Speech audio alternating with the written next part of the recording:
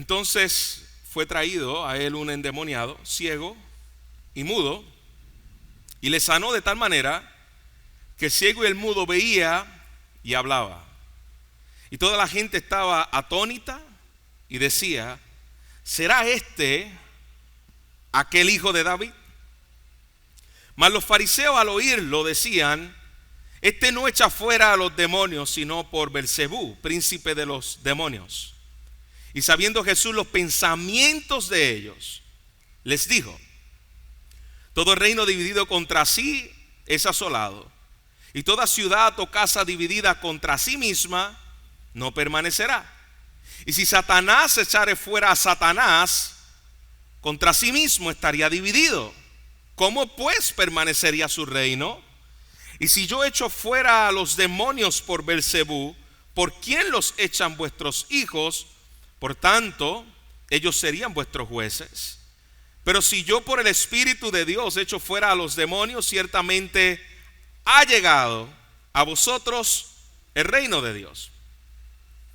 Porque ¿cómo puede alguno entrar en la casa del hombre fuerte y no saquear sus bienes si primero no lo ata? Y entonces podrá saquear la casa. El que no es conmigo es contra mí.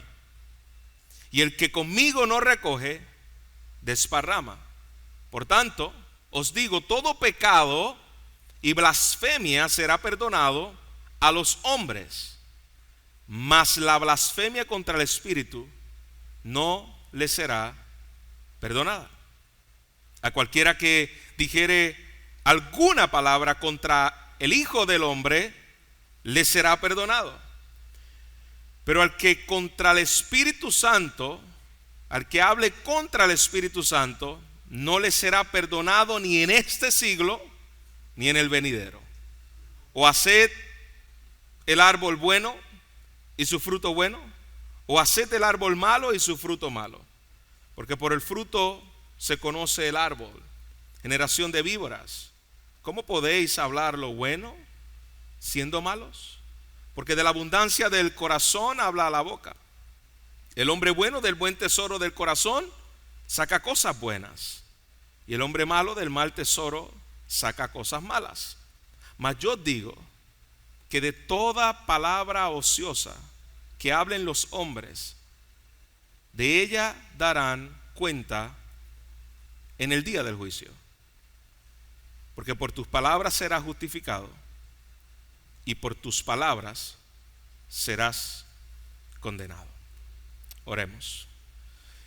Padre, una vez más estamos ante tu palabra con la urgencia de la intervención de tu Espíritu para poderla entender, para poderla aplicar, para poderla explicar, para poderla vivir.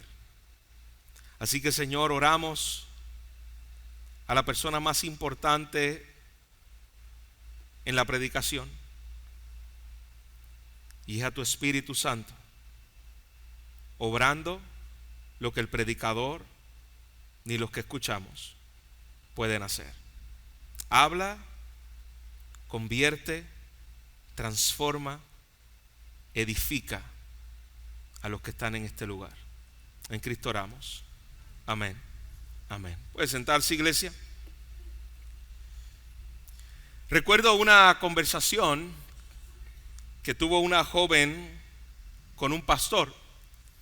Y esta joven era atea, era escéptica de todo lo que tenía que ver con Dios.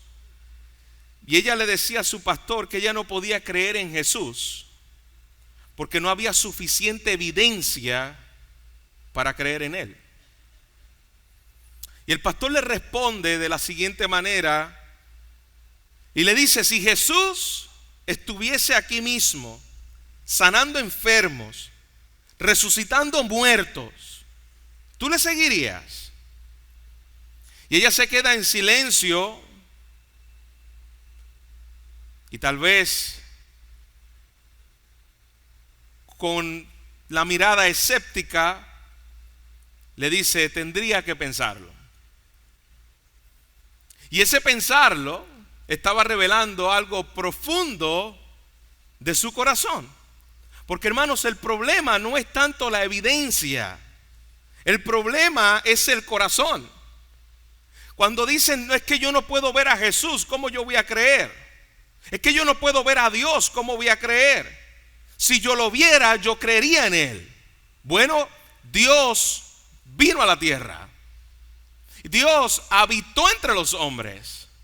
Y los hombres, ¿qué hicieron? Le crucificaron. ¿Se da cuenta? Es que esa excusa, si yo lo viese a Jesús, si yo viese a Dios, yo creería en Dios. Es que ya Él vino. Y muchos lo vieron. Vieron sus milagros. Vieron su poder. Lo vieron sanar. Lo vieron perdonar pecados. Y siguieron igual o peor de incrédulos. Así que no hay suficiente luz cuando tu corazón no quiere cambiar para tú poder entender lo que excusas y dices no entender. Este es el pasaje en el cual nos encontramos esta mañana. Un texto solemne y temido. Solemne porque pronuncia unas palabras en las cuales debe hacer pensar y debe hacer temer a todo aquel que la escucha. Y Jesús habla de lo que se conoce como el pecado imperdonable. Hay un pecado que Dios no perdona. Yo recuerdo en una ocasión había un hombre mientras trabajaba en una tienda por departamento, se me acercó llorando y me dice, yo creo que ya yo no tengo perdón de Dios porque yo he blasfemado contra el Espíritu Santo. Me quedé hablando con él, le expliqué que aún la evidencia de poder tener el deseo y el dolor de haber pecado contra Dios era una evidencia de que no había cometido precisamente ese pecado imperdonable de la blasfemia contra el Espíritu Santo. Así que miremos primeramente el punto número 1, el milagro que nadie puede negar y el reino que nadie puede negar. Versículo 22 al versículo 24 dice que había un hombre traído a Jesús, y esta historia es paralela también en Lucas. Muy probablemente está hablando del endemoniado de Gadara. Es muy similar al endemoniado que está hablando en el Evangelio de Lucas, Evangelio sinóptico, que son paralelos a este. Y este hombre dice que no podía ver, no podía hablar, y aparte estaba bajo una opresión demoníaca. Y Jesús sana a este hombre por completo. Lo sana de todas las enfermedades y lo liberta del demonio o la opresión demoníaca que él tenía. Al ver eso, Jesús estaba dejando claro la promesa de Isaías. Él era el Mesías que traería sanidad debajo de sus alas. Y al mirar esto, se supone que la gente entendiera, Él es el Mesías prometido. Él es el hijo de David. Y mira la pregunta que se hacen los fariseos. ¿Será este el hijo de David?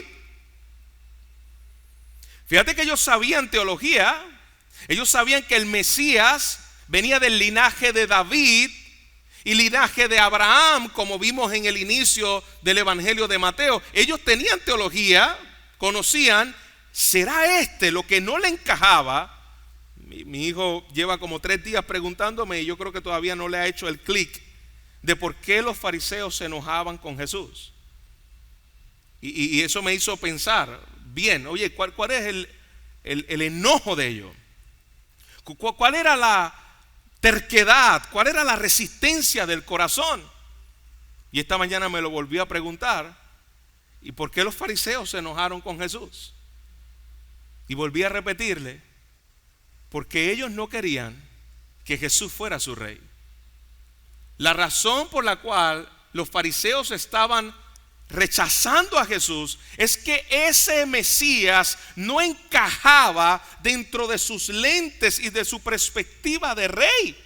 Este rey viene a señorear sobre áreas de mi vida que a mí no me agradan.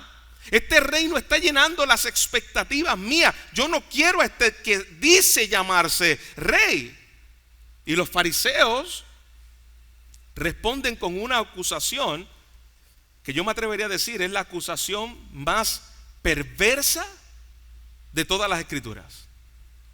Y mira la perversidad de la acusación de estos hombres, donde le dice, hablando de Jesús, el Mesías, el Hijo de Dios, echa fuera los demonios por Belcebú, príncipe de los demonios. Usted puede ver lo que está ocurriendo aquí, hermano. La luz más brillante ha aparecido y ellos llaman a esa luz oscuridad. Dios se le ha aparecido puro, misericordioso, lleno de gracia, sanando, salvando, perdonando, y ellos dicen, obra del diablo. Mira el endurecimiento a donde puede llegar el corazón del ser humano en su forma más peligrosa, terca, atribuirle a Satanás los hechos de Dios. Wow.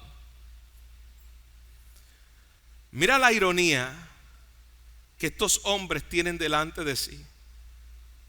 Perdón, liberación, y ellos dicen, obra satánica. Perdón, liberación, sanidad, obra satánica, simplemente porque Jesús no llena mis expectativas, simplemente porque Jesús es una amenaza a mi reino, Jesús es una amenaza a mis intereses. ¿Cuántas veces nosotros hemos caído en esta misma terquedad? Si Dios me mostrara un milagro, o hemos escuchado a personas decir, ¿no? O en un momento dado nosotros lo hemos dicho, si Dios me mostrara un milagro, yo voy a creer. Pero la Biblia está llena desde todo el Antiguo Testamento que los hombres no creen teniendo la evidencia en sus narices, no creen por causa de evidencia, creen por causa de una conversión que obra el Espíritu Santo, como vimos la semana pasada. Jesús, escuchando esta falta de lógica, mira el pensamiento que les da a ellos. Y mira cómo le responde con 3 argumentos. El primero que le dice es, un reino dividido contra sí mismo no puede mantenerse. Versículo 25. Es como si yo estoy en un equipo de baloncesto, somos 5, pero 3 se van en contra de nosotros. Ese equipo va a ganar. Es imposible. Un equipo dividido no puede ganar. Un reino dividido contra sí no se puede mantener. Si Satanás expulsa a sus propios demonios, su reino sería acabado. Es como que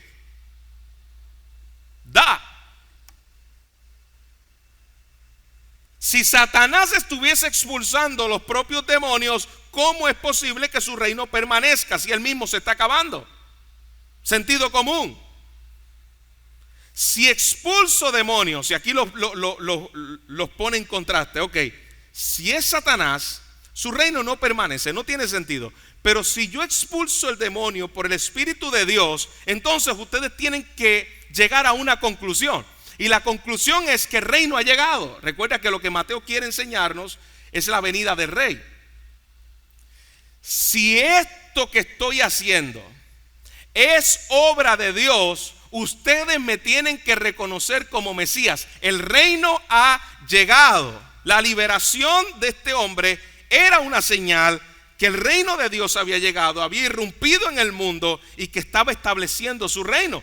En la mente de los fariseos, ellos decían, no es posible, no queremos aceptar ese rey. Un pasaje paralelo a este, Lucas 11, versículo 20, dice Jesús, si por el dedo de Dios echo yo fuera los demonios, ciertamente el reino de Dios ha llegado a vosotros. Y esa palabra, el dedo de Dios, es una alusión al libro de Éxodo, donde el dedo de Dios fue el poder que liberó a Israel de Egipto. Y ahora Jesús, como el nuevo Moisés o el perfecto Moisés, está liberando a su pueblo de la esclavitud de Satanás. El reino de Dios ha llegado. Aquel rey prometido está en medio de ustedes, estableciendo su reino, sanando enfermos, libertándolos del pecado, libertándolos de Satanás. Así que negar esto es negar la presencia misma de Dios en medio de ustedes, que era lo que estaba haciendo él. Y le da un tercer ejemplo. Y el tercer ejemplo es: para que esto pueda ocurrir, para que el reino de Dios sea establecido, pero si yo por el versículo 29 dice, lo primero que tiene que hacer es atar al hombre más fuerte. Porque ¿cómo puede alguno entrar en la casa de un hombre fuerte, saquear sus bienes si primeramente no le ata? Es decir, ¿qué es lo que hace un ladrón cuando viene a una casa? Él viene y tiene que estar muy pendiente a que sus amos, a los dueños de esa casa, no estén allí. O si no, muchas veces lo que hacen es lo atan para poder sacar sus bienes. Si primeramente no le ata, entonces podrá sacar su casa. Fíjate la unión de esto. Y esto le va a hacer todo el sentido del mundo si usted entiende este pasaje, lo que dice Apocalipsis capítulo 20. El reino de Dios se establece cuando Él viene y ata al hombre fuerte. ¿Quién es el hombre fuerte? ¿A quién acaba de Jesús libertar? A una persona poseída por demonios. Así que lo que está diciendo Jesús aquí es: lo que yo estoy haciendo es atando el poder de las tinieblas, restringiendo el poder de las tinieblas. Antes Satanás engañaba a las naciones, antes Satanás oprimía a las personas y no tenían remedio, no podían hacer nada. Pero el rey ha llegado, el Mesías ha venido, ha interrumpido el poder de las tinieblas, y ahora ese rey gobierna y ató al hombre fuerte. Jesús es el más fuerte que lo ata y libera a los prisioneros. Y mira la conclusión que nos debe llevar esto, hermanos. El que es más fuerte que Satanás está aquí. Y Jesús está afirmando: al yo atar al hombre fuerte, es decir, al yo atar a Satanás, debido a que soy el rey, tengo toda potestad, estoy saqueando la casa y le estoy dando el dominio a quien siempre perteneció. El dominio es a Cristo. ¿Cómo lo expone Apocalipsis capítulo 20? Que el reino de Dios avanzaría y que el poder de Satanás sería restringido, porque ya no puede continuar dejando engañada a las naciones. ¿Dónde comenzó esta restricción? ¿Dónde comenzó la atadura de Satanás sobre el efecto del mundo? ¿Dónde comenzó?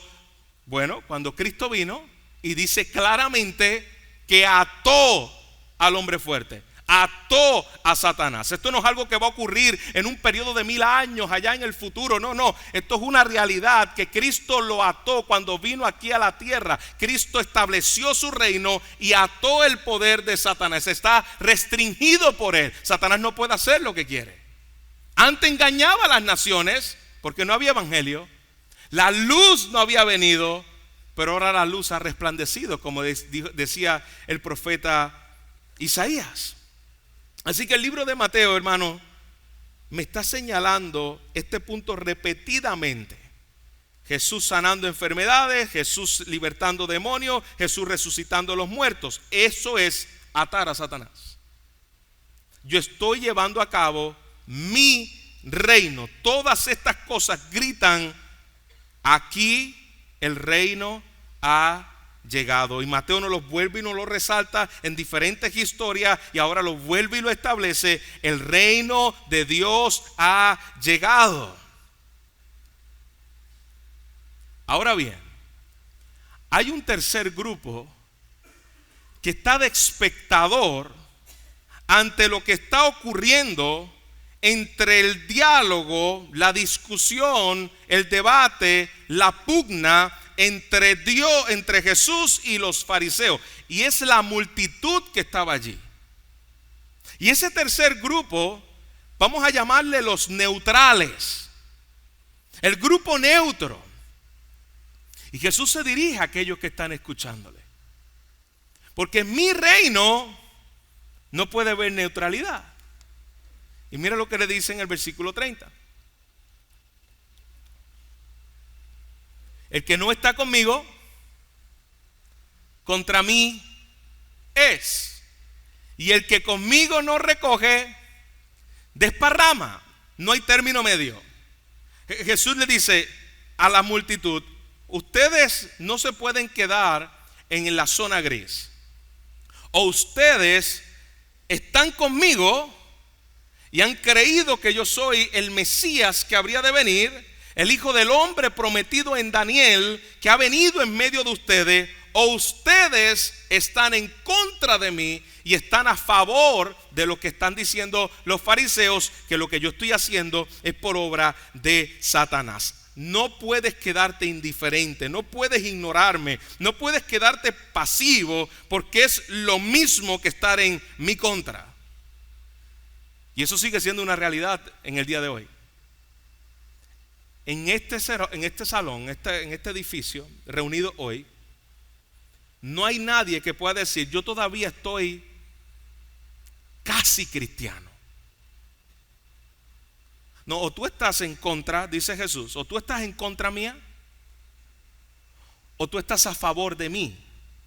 Lo que no es posible es esa supuesta neutralidad, que no es otra cosa que la misma apatía del corazón que tenían los fariseos, mostrada en ustedes en esta apatía.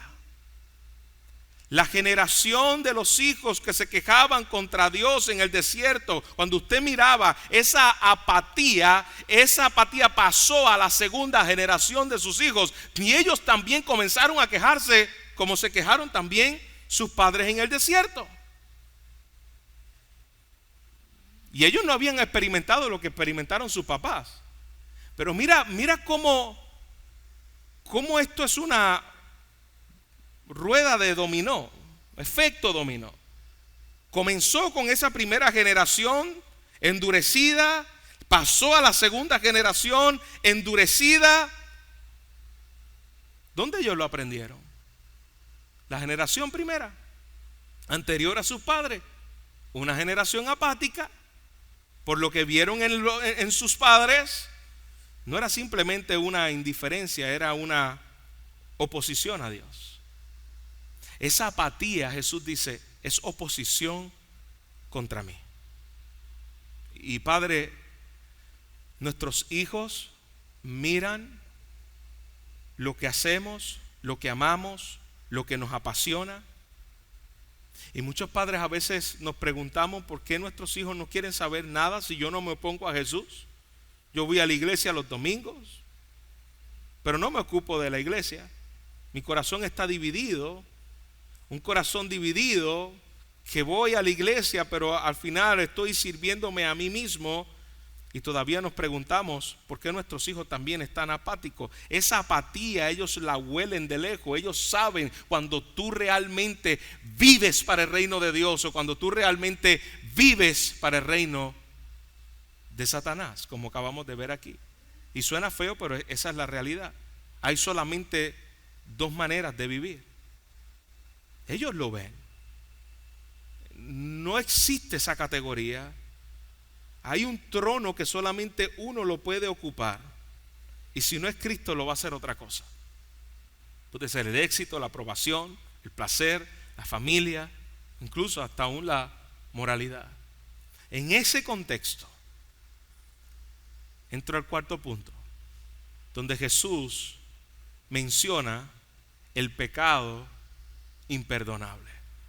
Esto que ustedes están haciendo no tiene perdón.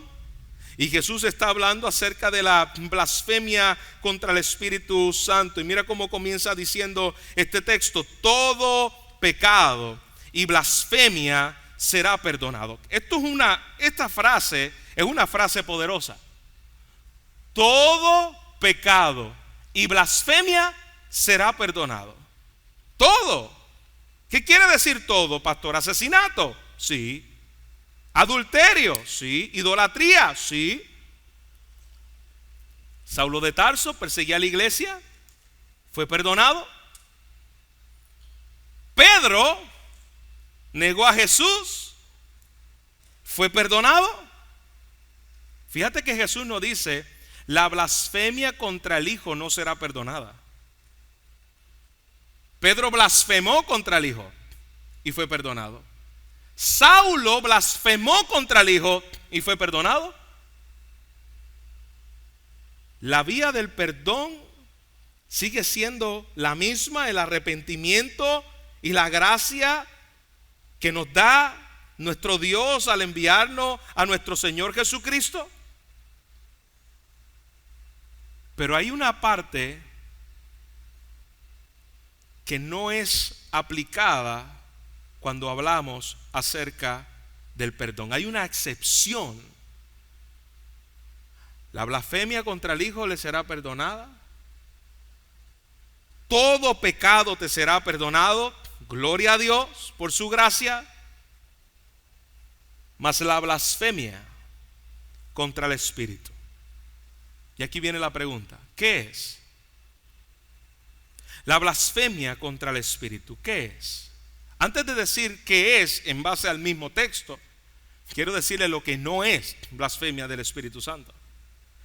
Le hemos atribuido a que la blasfemia del Espíritu es cuando una persona dice que una obra, por ejemplo, de un movimiento carismático, alguien está saltando como mono y nosotros decimos: eso no es el Espíritu. Está blasfemando contra el Espíritu. No. Estoy, como dice la carta de Juan y dice la carta de Judas, discernir los espíritus si son de Dios o no.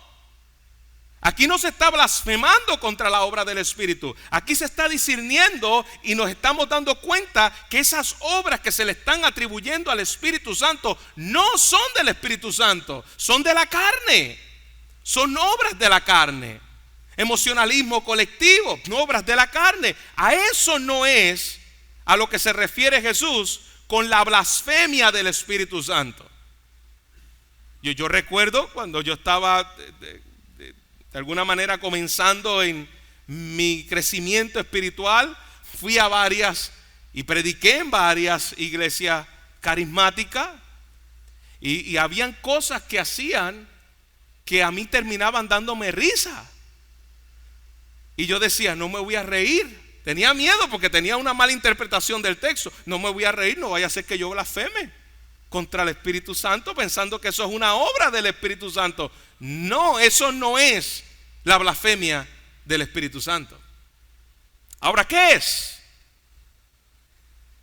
Alguien dijo: es ver la verdad plena y clara, el poder del Espíritu Santo obrando, y en lugar de rendirse, cerrarse de manera definitiva y hostil, llamando a eso obra del diablo. Ese es el contexto de la blasfemia del Espíritu Santo. No es un pecado accidental, es un pecado totalmente consciente, irreversible, que se está oponiendo a la revelación de Dios continuamente. Dios mostrándole, en este caso en particular, en el contexto, Dios mostrándole por medio del Espíritu las obras que él estaba haciendo: sanidad, perdón, liberación, y todavía ellos seguir diciendo: eso es obra del diablo. No hay forma de que tú puedas ser perdonado.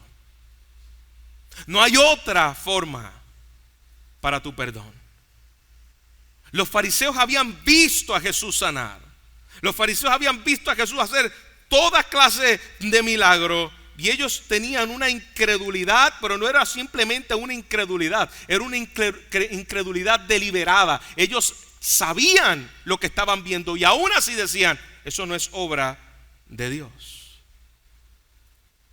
Es una refutación permanente que te conduce a una condena permanente. Y mira cómo Jesús dice: no le será perdonado ni en este tiempo ni en el venidero. Y esto dice mucho. ¿Por qué es imperdonable? Porque quien llega a este punto nunca se va a arrepentir. No hay forma en que se pueda arrepentir. Una persona que llega a este punto nunca se puede arrepentir. Y no es que Dios no pueda, sino que el corazón está sellado con rebelión. Ellos que persisten, endurecidos a seguir haciéndolo. Dice el pastor John Piper, hablando acerca de este texto: si el perdón se retiene por la eternidad, la culpa se sella por la eternidad. Fíjense bien, ni en este siglo ni en el venidero. Los que hemos creído en Cristo tenemos perdón en este siglo y en el venidero por toda la eternidad, donde ya no habrá pecado. Pero aquellos que se sellan con esta culpa, dice Piper, ellos se sellan por toda la eternidad, porque el perdón se retiene por toda la eternidad y la culpa se sella por toda la eternidad. Dios nunca es neutral al pecado, o lo perdona o lo castiga. No ser perdonado por Dios para siempre es sufrir su ira para siempre. Palabra seria. Cada no al evangelio es un día más donde tu corazón se va endureciendo un poco más. Y aquí está el peligro real. Yo no he llegado todavía al punto de los fariseos, pero el punto de los fariseos comenzó con un día más diciendo no al señorío de Jesús, no a la autoridad de Jesús, no a las palabras de Jesús. Y poco a poco, día tras día, su corazón se fue endureciendo hasta que ya no hay arrepentimientos para ellos. No hay arrepentimientos para ellos. Y pastor, cuando yo sé que alguien ha llegado a cometer este pecado donde ya no hay arrepentimiento para ellos, hermano, nadie lo sabe. Nadie puede decir esta persona sí ya está bajo el pecado imperdonable de la blasfemia del Espíritu Santo. Nadie lo puede saber a ciencia cierta, ya que una persona que aún fue agnóstica, atea, que no quiere saber nada de Dios, en sus últimos días de vida, el Señor alcanzarlo y alcanzar arrepentimiento. Pero aquí no estamos hablando de agnósticos ateos. Aquí estamos hablando de hombres que conocían la palabra y que estaban viendo delante de sus ojos continuamente el obrar del Espíritu, y ellos terminan blasfemando eso.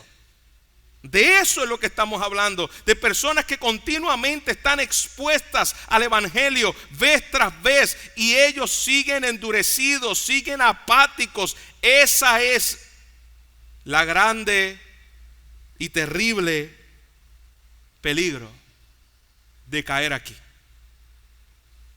Ahora bien, si alguien está aquí y tiene temor de haber cometido este pecado, eso es una señal de que probablemente tú no lo has hecho. ¿Okay? Tu corazón todavía está sensible al Espíritu. Tu corazón todavía es vulnerable a las verdades del Espíritu. El verdadero peligro es endurecerse tanto que ya no queremos ni escuchar ni responder. Ahí estaban los fariseos. Ya no quiero ni escuchar la verdad ni responder a ella. Versículo 33 al versículo 37, Jesús termina conectando la blasfemia del Espíritu Santo con la condición del corazón. Y trae unos ejemplos donde dice: un árbol bueno da frutos buenos y un árbol malo da fruto malo. Las palabras revelan lo que está en el interior, porque por el fruto se conoce el árbol. ¿Cómo se sabe que estas personas ya habían caído en este pecado? Mira el fruto, mira cómo hablan, mira lo que están diciendo. Comenzaron con poco a poco su corazón interiormente sin verse, siendo apático, pero de la abundancia del corazón habla la boca, y las palabras comenzaron a salir y reconocían: ahora este es el que echa fuera a los demonios por el príncipe de los demonios. Escucha esas palabras. Jesús dice: en el día del juicio cada palabra ociosa será examinada, no porque las palabras me vayan a salvar, porque las palabras no me pueden salvar en sí mismas, sino porque las palabras son evidencia de lo que realmente somos. Ellas evidencian lo que realmente creemos. Es cuestión de tiempo. Tú quieres saber dónde está el corazón de una persona. Mientras más tú pases tiempo con ella, te darás cuenta de qué es lo que habla, qué es lo que le apasiona, qué es lo que piensa, qué es aquello que lo motiva. Tú te vas a dar cuenta. Jesús dice: no hay por dónde perderse. Es como aquel que tiene un cofre y de ese cofre saca sus tesoros. En el cofre tú tienes las cosas buenas, aquellas cosas en las cuales tú amas. Probablemente nosotros tenemos cajones o cofres en nuestra casa de cosas que amamos. Álbum de boda para que no se nos dañe, algún obsequio preciado que de vez en cuando lo sacamos y lo miramos y decimos: wow, qué hermoso ese día cuando te conocí. Y tú hablas de eso porque eso es algo que tú atesoras. Pero usted se puede imaginar que de ese cofre donde tú estás sacando las cosas que tú dices que ama, comienzas a hablar más de tu esposa, pero tienes un cofre allí donde dice que ama y comienzas a hablar mal de ella, y comienzas a hablar mal de tu esposo, y comienzas a decir lo sinvergüenza que es, que no sabe cocinar bien, que no sabe lavar bien, que no es atento, que no es lo otro, y te comienzas a quejar de tu esposo. Tú dices: espérate, como que tus palabras no concuerdan con lo que dice que es tu tesoro. Eso es lo que tú amas realmente, porque las palabras se están contradiciendo. Las palabras que ustedes pronuncian no son solamente interpretación o ignorancia, están revelando lo que está allí adentro y están reflejando lo que hay en nuestro corazón. Escuchémonos hablar, hermano. Escuchémonos qué es lo que apasiona mis conversaciones con mis amigos, con mi esposa, con mis hijos, porque ahí te darás cuenta dónde está tu corazón. Tú escuchabas hablar a los fariseos y te dabas cuenta dónde estaba el corazón de ellos. No estaba en el reino de Dios. Lo que hay dentro determina lo que sale fuera. ¿Y cómo yo sé cómo está mi corazón? Pues mira lo que está saliendo. Mira lo que está saliendo. Es uno de los principios que yo hago en la consejería bíblica cuando estoy hablando con alguien. Vamos a hablar y saco un papel. Ok, dime las cosas que estás viviendo. Amargura, rencor, enojo, resentimiento, maledicencia. Estos frutos, ¿de dónde vienen? No me gustan los frutos, pero eso es lo que yo he sembrado por los pasados años. Pero no me gusta lo que yo estoy viendo ahí, pero es lo que ha sembrado. Y eso ocurre con nuestras palabras. Las palabras no son simplemente sonido, las palabras son revelación del corazón. Y Jesús dice que en el día del juicio nuestras palabras serán evidencia de lo que realmente adoramos. Mis palabras revelan lo que yo adoro. Y con nuestras palabras podemos ver si estoy viviendo para el reino de Dios y otra vez, o estoy viviendo para el reino de Satanás. Claro lo que Jesús trae. Dice: conociendo Jesús los pensamientos y las intenciones de ellos. Jesús conoce lo que nosotros pensamos. Jesús conoce las intenciones de nuestro corazón. A Él las sabe, pero nosotros no las sabemos del otro. Entonces, ¿cómo las vamos a saber? Las mías y las demás. Escúchalo hablar. Escúchalo hablar. Porque nuestro corazón revela, nuestra boca revela, lo que está en nuestro corazón. A manera de aplicación, iglesia, si escuchamos hoy su voz, llamado amigo que te encuentras aquí, no endurezcas tu corazón, dice el autor a los Hebreos. Cada vez que resistes al Espíritu Santo, tu corazón se vuelve más y más insensible. Se va poniendo como un callo y lo sigue resistiendo. Y el único antídoto para un corazón encallecido y continuamente apático es el poder del evangelio. No hay otra cosa. No se trata de que tú mejores moralmente, no se trata de que ahora yo voy a tratar de aplicarlo. Es necesario que nazcamos de nuevo. Cuando escuchas el evangelio y no respondes en arrepentimiento y fe, continuamente seguirás endureciendo poco a poco tu corazón. Un poco más hoy. 2. No vivamos en neutralidad. Jesús dice: el que no es conmigo es contra mí. Salgamos claro de que si yo no estoy con Cristo, yo estoy en contra de Cristo. No basta con ser enemigo, hay que estar activamente con Él. Y esa es la urgencia del evangelio. Si yo no estoy con Cristo y yo no he visto a Cristo como el tesoro de mi vida, yo estoy contra de Jesús. Número 3. Si temes haber cometido el pecado imperdonable, como te dije anteriormente, probablemente no lo has cometido, no lo has hecho. El corazón, mira las marcas de un corazón endurecido. El corazón endurecido no teme. El corazón endurecido no llora. El corazón endurecido es todo lo contrario al sermón del monte en las bienaventuranzas. El corazón endurecido no busca a Cristo. El mero hecho de temer es una obra todavía de misericordia de Dios para que tú corras a Él. Pero no para que lo dejes ahí. Yo sé que estoy mal, sé que en mi vida con Dios no estoy bien con Dios, pero me quedo ahí, en ese punto medio. Jesús dice: eres mi enemigo, eres mi enemigo. No, quedarte en un punto medio es estar en contra mía. Número 5. Magnifica la gloria de Cristo en tus palabras. Usa tu boca para dar gloria al Hijo, no para rechazarlo, sabiendo que cada palabra que yo digo cuenta y que el Señor conoce las intenciones de mi corazón.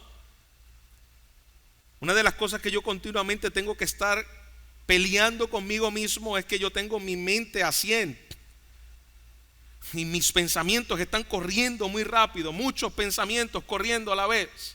Y yo a veces tengo que coger esos pensamientos, atarlos en el aspecto de, como dice Pablo, llevarlos cautivos a obediencia.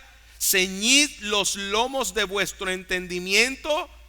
Es una función que se utilizaba donde se tomaba la ropa.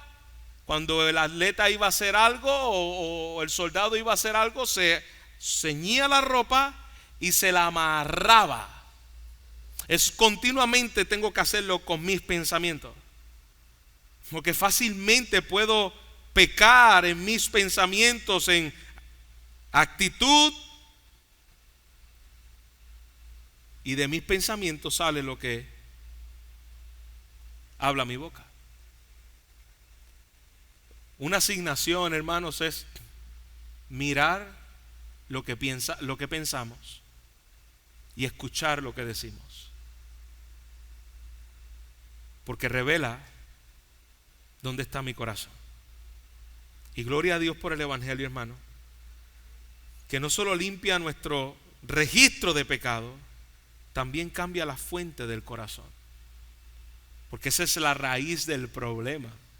Alguien bien dijo: el corazón del problema es el problema del corazón. Es ahí donde está el problema. Cuando Cristo es tu tesoro, tus palabras empiezan a reflejar gracia.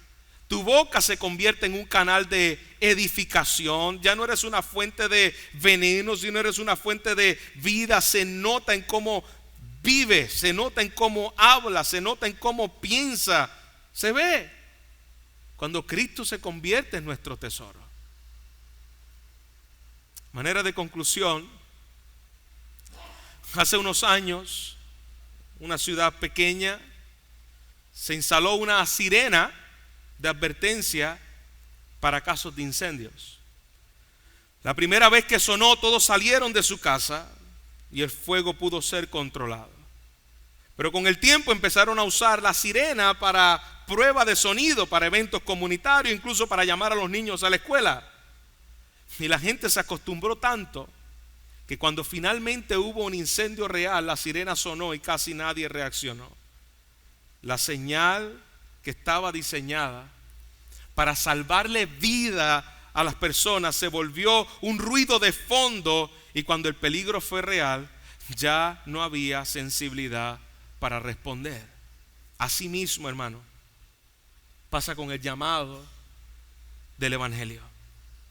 Dios te habla una y otra vez, y si lo tratas como simplemente un ruido de fondo, como algo de costumbre de la semana, tu corazón puede llegar al punto donde ya no responda. Y ese es el peligro que Jesús advierte aquí, hermanos. Un rechazo tan persistente que ya no puedes oír la voz que te está llamando. Ya no puedes arrepentirte porque estás tan endurecido que no puedes venir. La buena noticia es que hoy la voz de Cristo sigue sonando clara, hermanos. La voz de Cristo sigue sonando clara a nuestros oídos. Venid a mí los que estáis trabajados y cargados, y yo os haréis descansar. No ignores la sirena de la misericordia que suena hoy, porque puede ser que mañana no la vuelvas a escuchar. Y ya no habrá perdón para ti, ni en este siglo, ni en el venidero. Que el Señor nos haga oír su voz y responder a su palabra en esta mañana. Padre, te damos gracias. Gracias, Señor, por el privilegio de poder escucharla, recordarla, pero sobre todas las cosas, Señor, la más difícil e imposible de todas: ¿cómo vivimos esto que acabamos de aprender? Por la obra de tu evangelio, por la gracia que nos has dado en Cristo Jesús. Padre, que nuestros corazones siempre puedan estar vulnerables a escuchar tu voz, sensibles a cuando nos reprendes, nos instruyes, nos exhorta por tu palabra. Mientras las alarmas suenen, podemos decir: Señor, gracias porque sigues hablando a nuestras vidas. Guarda mi corazón de la apatía. Guarda mi corazón, Señor, de quedarme en un status quo. Guárdame, Señor, de la indiferencia ante tus palabras y ante la evidencia, Señor, que nos ha revelado a través de los medios de gracia que muestras semana tras semana en esta congregación. Padre, yo te ruego por aquellas personas que llegan y que no son miembros de este lugar, pero que son expuestas a tu palabra vez tras vez, y todavía están en un punto, Señor, peligroso, porque piensan que están en una encrucijada donde no saben hacia dónde ir. Y Jesús dice: estás en contra mía, eres mi enemigo. Si no estás conmigo, estás en mi contra. Padre, que puedan oír tu voz hoy y que no lleguen a un punto del no retorno, Señor, donde escuchen un día las palabras de rechazo por toda la eternidad. Hoy sigue siendo día de salvación. Hoy sigue siendo día de misericordia. Cree en el Señor Jesucristo. Arrepiéntete de tus pecados y confía en la obra perfecta de Jesús en tu lugar, recibiendo el castigo que tú mereces. Y a la iglesia del Señor oramos, Señor, que cada día, Señor, podamos examinar nuestras palabras. No queremos, Señor, ser como tú dijiste por medio del profeta: este pueblo por su boca me honra, pero su corazón está lejos de mí.